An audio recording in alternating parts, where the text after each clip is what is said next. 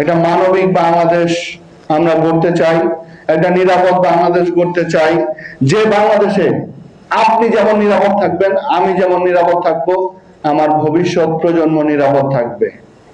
আজকে আমার আদরের সন্তানটি এই দেশে থাকতে চায় না, সে সুযোগ পেলেই দেশের বাইরে চলে যেতে চায়। আজকে আমরা যদি দেখি আমাদের একটা ওল্ড এজ একটা কমিউনিটি এত বড় হয়ে যাচ্ছে এবং তাদের দেখার কেউ নাই, তাদের টাকা পয়সা আছে, দেখার কেউ নাই, সন্তানরা দেশের বাইরে থেকে ফিরছে না। কেন তারা ফিরছে না? কেন বা তারা যেতে চায়? কেন তাদের এই দেশের প্রতি আগ্রহ তৈরি হচ্ছে না? এই বিষয়গুলো আমাদেরকে ভাবতে হবে।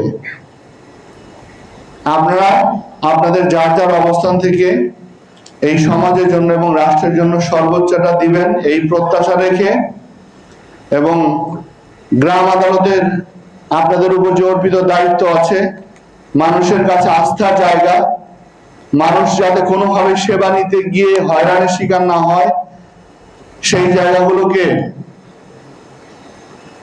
স্বচ্ছ এবং প্রস্ফুটিত করবেন, সেই প্রত্যাশা রেখে যারা এই অনুষ্ঠানের আয়োজন করেছে, বিশেষ করে আমাদের স্থানীয় সরকার বিভাগ থেকে শুরু করে এখানে যে এনজিওটি কাজ করছে ইপসা, আমি তাদের কাছে বলবো যে আমাদের শুধুমাত্র পরিসংখ্যান বেজ আমরা না হই, আমরা পরিবর্তন নিয়ে আসি।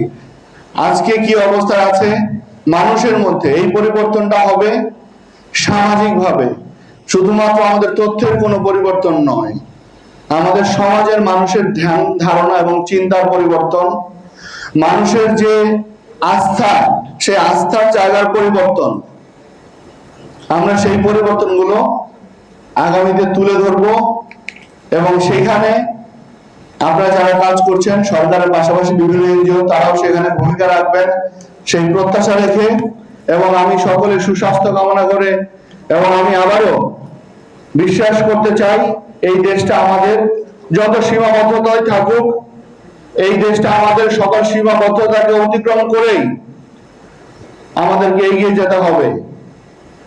সীমাবদ্ধতার কারণে রাষ্ট্রের কাঙ্ক্ষিত সেবা, নাগরিক সেবা, প্রত্যাশিত সেবা বঞ্চিত হবে, সেটি কোনোভাবেই কাম্য হতে পারে না।